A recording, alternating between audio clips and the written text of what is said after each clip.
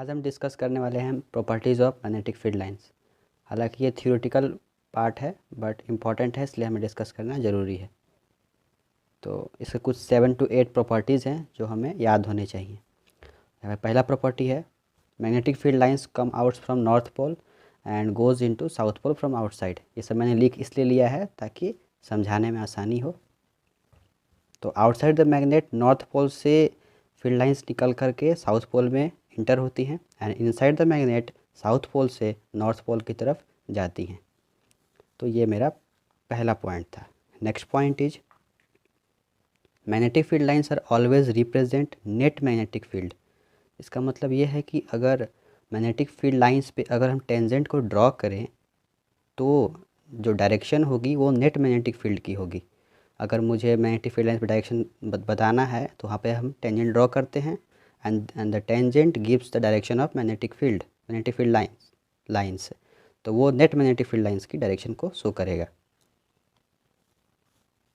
इस तरह से मैंने अगर मैग्नेटिक फील्ड है तो इस पॉइंट पे अगर मुझे डायरेक्शन पता करनी है तो मैं टेंजेंट यहाँ पे खींच दूँगा। Next point, tangent at any point in magnetic field lines gives us direction of magnetic field only. It does not give direction of magnetic force. अगर लेट्स से मैग्नेटिक फील्ड है, इस पॉइंट पे अगर मैं डायरेक्शन पता करना है किधर है मैग्नेटिक फील्ड, तो यहाँ पर डायरेक्ट टेंजेंट ड्रॉ किया तो इस डायरेक्शन में नेट मैग्नेटिक फील्ड की डायरेक्शन होगी। तो कह रहा है कि ये सिर्फ मैग्नेटिक फील्ड की डायरेक्शन बताता है, यहाँ पर सिर्फ मैग्नेटिक फील्ड की डायरेक्शन बताती है टेंजेंट जो ड्रॉ करेंगे हम, ना कि मैग्नेटिक फोर्स की। जैसा कि इलेक्ट्रोस्टैटिक में होता था, अगर इलेक्ट्रिक फील्ड है मेरे पास तो वहाँ पे अगर हम टेंजेंट ड्रॉ करते थे तो मैग्नेटिक फील्ड तो इलेक्ट्रिक फील्ड के साथ साथ इलेक्ट्रिक फोर्स की डायरेक्शन भी बताती थी, बट मैग्नेटिक फील्ड में ऐसा नहीं होता है। तो ये बात हमें यहाँ पे ध्यान रखना होगा। It does not give direction of magnetic force. So next point is the magnetic field lines never intersect each other. इसका क्या मतलब है? इसका मतलब यह है कि मैग्नेटिक फील्ड लाइंस जो है कभी एक दूसरे को क्रॉस नहीं करती हैं। तो लेट्स से अगर वो दोनों एक दूसरे को क्रॉस कर जाएं तो क्या हो जाएगा? लेट्स ये मैग्नेटिक फील्ड थी, ये एक मैग्नेटिक फील्ड थी, दोनों डायरेक्शन इसी साइड थी। तो इस पॉइंट पे मैग्नेटिक फील्ड एक इधर है, एक मैग्नेटिक फील्ड लाइंस इधर है, एक इधर है। तो डायरेक्शन क्या होगी? इसकी वजह से इधर टेंजेंट ड्रॉ करेंगे तो, और इसकी वजह से इधर। तो एक पॉइंट पे दो टेंजेंट ड्रॉ होने के कारण मैग्नेटिक फील्ड की दो डायरेक्शन हो गई, जो कि गलत है। ऐसा नहीं होता है। एक पॉइंट पे एक ही टेंजेंट ड्रॉ हो सकती है और एक ही डायरेक्शन पॉसिबल है। Hence two magnetic field lines never intersect each other. Strength, next point, strength of magnetic field is determined by degree of closeness. तो मैग्नेटिक फील्ड की स्ट्रेंथ को हम डिग्री ऑफ क्लोजनेस से डिटरमिन करते हैं। For example ये अगर magnetic field है कुछ इस तरह से, तो लेट्स से यहाँ पे मैग्नेटिक फील्ड मेरी बी ए है एंड दिस इज़ बी। तो मैग्नेटिक फील्ड की स्ट्रेंथ जो होगी वो B A is greater than B. जहाँ पे मैग्नेटिक फील्ड लाइंस क्लोज होंगी, इट मीन्स जहाँ पे वो नज़दीक होंगी वहाँ पे मैग्नेटिक फील्ड की स्ट्रेंथ भी ज़्यादा होगी, जहाँ दूर दूर होंगी वहाँ मैग्नेटिक फील्ड की स्ट्रेंथ भी कम होगी। Next point, magnetic field lines always exist in close loop, electric field lines never exist in close loop. तो मैग्नेटिक फील्ड लाइंस जो होती है हमेशा क्लोज लूप में एग्जिस्ट करती हैं इस तरह से, जबकि इलेक्ट्रिक फील्ड लाइंस जो हैं वो क्लोज लूप में एग्जिस्ट नहीं करती हैं। Next point, number of lines is directly proportional to pole strength. अब ये क्या है? लेट से मेरे पास कुछ इस तरह से लाइनें हैं, अगर मेरे पास पोल स्ट्रेंथ यानी एम की वैल्यू, मैग्नेटिक मोमेंट अगर 10 है, लेट से 10, तो यहाँ पे तो नंबर ऑफ़ लाइंस कितना, और नंबर ऑफ़ लाइंस है यहाँ पे 20, ठीक इस तरह से। पर यहाँ पे 20, लेट से मेरे पास 20 लाइंस है।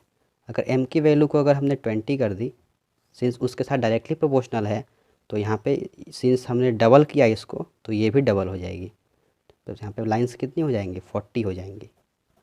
तो ये यहाँ पे इसका कहना है कि number of lines is directly proportional to pole strength. अगर पोल स्ट्रेंथ को बढ़ाते हैं तो नंबर ऑफ़ लाइंस भी बढ़ जाती है। 8 point, straight parallel and equidistance field lines represent uniform magnetic field lines. Means straight इस तरह से, पैरेलल एंड इक्विडिस्टेंस यानी कि इनके बीच का डिस्टेंस सेम है, it represent uniform magnetic field lines. Means इस तरह से यूनिफॉर्मली मैग्नेटिक फील्ड लाइंस को रिप्रेजेंट करते हैं। तो ये कुछ प्रॉपर्टीज थी, 7 to 8 प्रॉपर्टीज़ मैंने आपको यहाँ पे बताया properties of magnetic field lines पे। तो नेक्स्ट अब हम यहाँ पे बात करेंगे सोलेनॉइड के ऊपर। तो नेक्स्ट हम magnetic field on the axis of current carrying solenoid के ऊपर बात करेंगे कि अगर मेरे पास एक करंट कैरिंग सोलेनॉइड है तो उसके एक्सिस पे हम मैग्नेटिक फील्ड किस तरह से निकालेंगे। तो लेट से मेरे पास ये सोलेनॉइड है करंट कैरिंग और इसमें करंट आई बह रहा है कुछ इस तरह से। तो इसे हम क्रॉस सेक्शनली पहले काट लेते हैं कुछ इस तरह से। अगर मेरे पास सोलेनॉइड है तो इसे क्रॉस सेक्शनली इसे काट लिया तो ये कुछ इस तरह से दिखेगा आपको।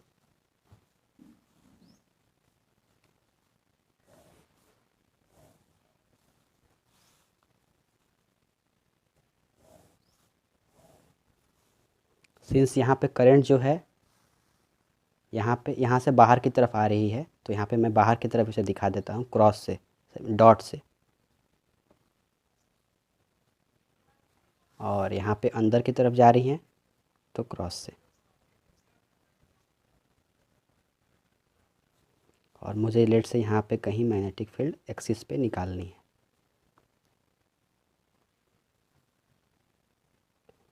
तो यहाँ पे कुछ डिफाइन किया जाता है। Let n is the number of turns, total number of turns per unit length, small number of turns per unit length, n is the number of turns per unit length. तो यहाँ पे n is the number of turns per unit length. यहाँ पे x पे जाके dx का एक element ले लेते हैं कुछ इस तरह से।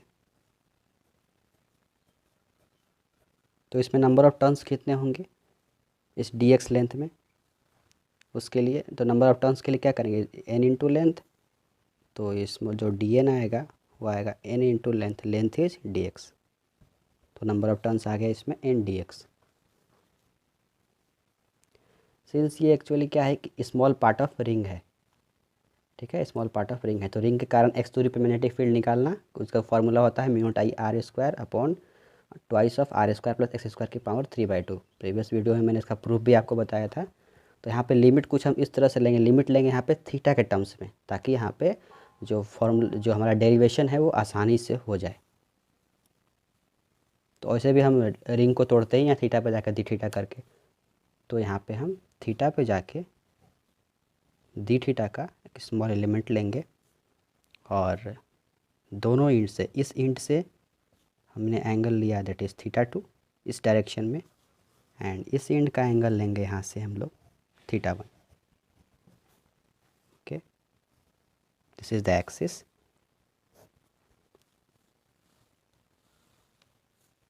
कुछ इस तरह से। तो यहाँ पे एंगल लिया दोनों एंगल हमने इसी डायरेक्शन में लिए हैं थीटा 2 से थीटा 1। तो magnetic field on the axis of ring at A distance x is small dB, that is mu naught I, radius is r, mu naught I r square upon twice of r square plus x square की power 3/2। Since इसमें number of turns भी हैं तो net number of turns is dn। इसमें number of turns कितने हैं, dn ही तो हैं। और टोटल मैग्नेटिक फील्ड निकालने के लिए पूरे पूरे पूरे दूर पूरे फील्ड में, इसलिए इसे इंटीग्रेट करेंगे। तो this is b and integration mu naught I R square twice of R square plus x square की power 3/2 into number of turns is n dx। And limit अभी नहीं लगाएंगे। सबसे पहले अगर यहाँ पे हम ध्यान से देखें, दिस इज़ थीटा, तो यहाँ पे tan थीटा निकालना चाहे तो tan theta is perpendicular upon base, this is r and this is x। तो tan थीटा इज़ r/x। तो यहाँ पे tan थीटा की वैल्यू भी निकाल लेते हैं। tan theta is r/x, then x is r cot theta. Differentiate कर लेते हैं क्योंकि ताकि हम dx की वैल्यू को यहाँ पे पुट कर सकें। तो dx is minus r cosec square theta and theta का डी थीटा। इस वैल्यू का यूज़ करेंगे हम। तो b is integration of mu naught I R square upon twice of R square plus X की वैल्यू क्या है, R cot theta, that is R square cot square theta into N into D X की value minus R cosec square theta dot D theta and theta की limit theta 1 से theta 2, तो theta 1 से theta 2 mu naught I R square this, तो mu naught I R, R cube हो जाएगा यहाँ पे minus and N cosec square theta dot D theta upon twice of R square, यहाँ पे पावर 3/2, तो आर स्क्वायर लेंगे यहाँ पे कॉमन ले लेते हैं तो 2 कट जाएगा तो आर क्यूब हो जाएगा and 1 plus cot square theta is cosec square theta, 1 plus cot square theta is cosec square theta and 2 से 2 कट जाएगा तो यहाँ पे कोसेक क्यूब थीटा आ जाएगा, cosec cube theta and this is integration theta 1 से थीटा 2. तो now b is comes out to be minus of mu naught I, R cube से आर क्यूब यहाँ पे कैंसिल आउट हो जाएगा, आर क्यूब से आर क्यूब यहाँ पे कैंसिल आउट होगा and mu naught I N, यहाँ पे जो जो कांस्टेंट है उसे बाहर ले लेते हैं n/2 एंड कॉसेक यहाँ पे कटेगा तो यह साइन थीटा बचेगा और डी थीटा, थीटा 1 से थीटा 2.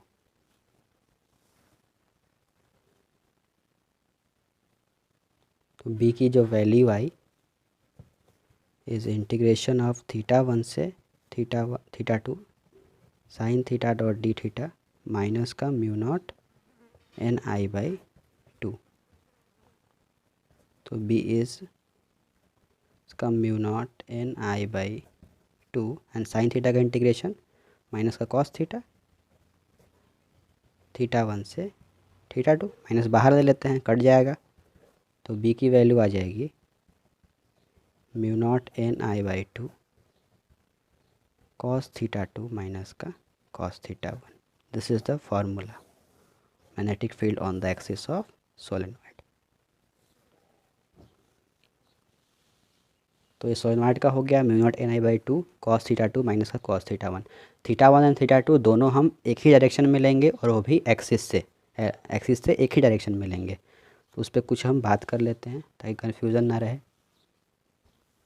लेट से मेरे पास ये सोलेनॉइड था कुछ इस तरह से, इस एंड से एंगल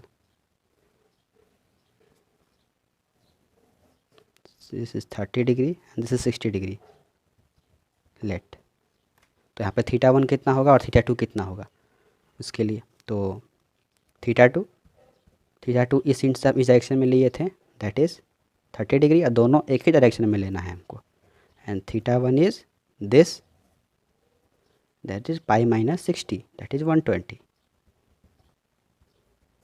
तो ये हो गया. तो एंगल हम इस तरह से लेते हैं. नेक्स्ट अब हम बात कर लेते हैं यहाँ पे इस सोलेनॉइड तो हो ही गया, आइडियल सोलेनॉइड के ऊपर, क्योंकि अधिकतर क्वेश्चंस वहीं से फ्रेम होते हैं, वहीं से बनाए जाते हैं आइडियल सोलेनॉइड. तो आइडियल सोलेनॉइड के केस में क्या होगा कि ये तो आपको क्वेश्चन में कहता है कि आइडियल सोलेनॉइड है, नहीं तो आपको कंडीशन देगा जिससे वो आइडियल सोलेनॉइड होगा. तो उसमें नंबर ऑफ टर्न्स जो होंगे वो काफ़ी हाई होंगे या लार्ज होंगे और उसकी रेडियस जो होगी वो काफ़ी छोटी होगी लेंथ के कंपैरिजन में, यानी कि लेंथ जो होगा मच ग्रेटर देन आर होगा, तो वो इनफाइनाइट सोलेनॉइड कहलाएगा. Length much greater than radius का मतलब यही हुआ कि लेंथ अगर 1 मीटर है तो रेडियस 1 mm हो जाएगी, तो वही वो इनफाइनाइट ही होगा. तो लेट से मेरे पास एक इनफाइनाइट सोलेनॉइड हो गया इस तरह से. तो ये एक्सिस, अब यहाँ पे एंगल देखना है हमें कि एंगल कितना है, तो थीटा 2 कितना होगा यहाँ से इस एंड के, अगर हम थीटा 2 निकालने के लिए सोचे तो theta 2 is almost touches the axis, means theta 2 is tending to 0 degree, and theta 1 touches इस एक्सिस को ऑलमोस्ट टच करेगा वो, इस वाले एक्सिस को, तो इस साइड को टच कर जाएगा, तो ऑलमोस्ट वो कितना हो जाएगा 180 degree. Theta 1 is tending to 180 degree. बस इसे पुट कर देंगे हम, तो b is equal to mu naught N I by 2 cos theta 2, cos zero is 1 minus cos 180 is -1 then 1, so b is mu naught N I. तो ये value आ गई। तो magnetic field in an infinite solenoid is mu naught N I.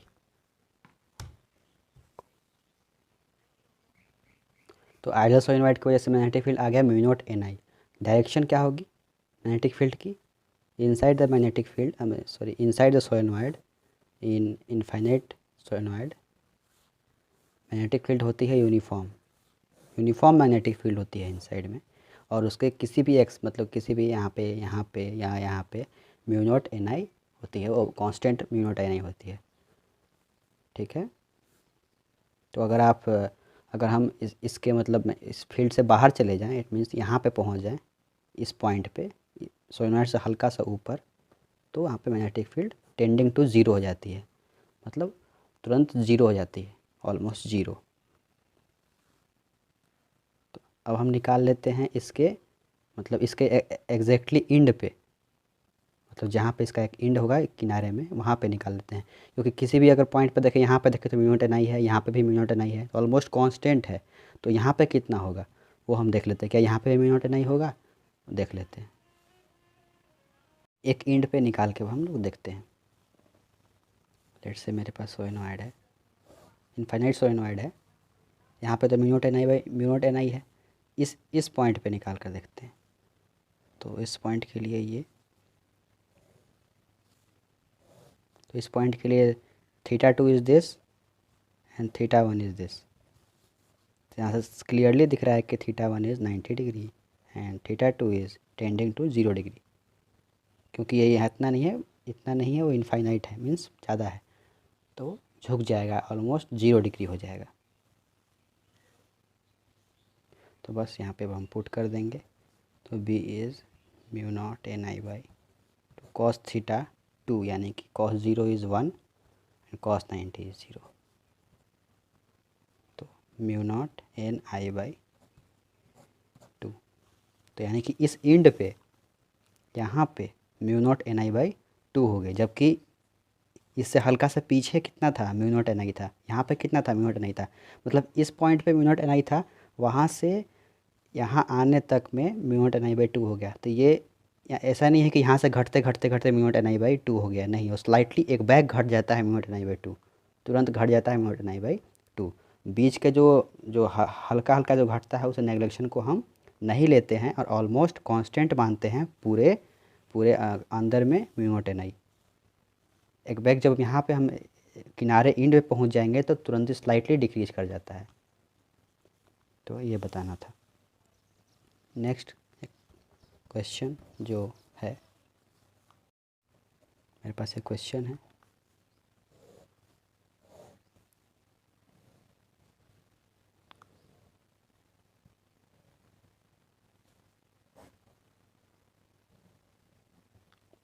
This angle is 60 degree and this angle is 30 degree. तो यहाँ पर theta 1 and theta 2 कितना होगा?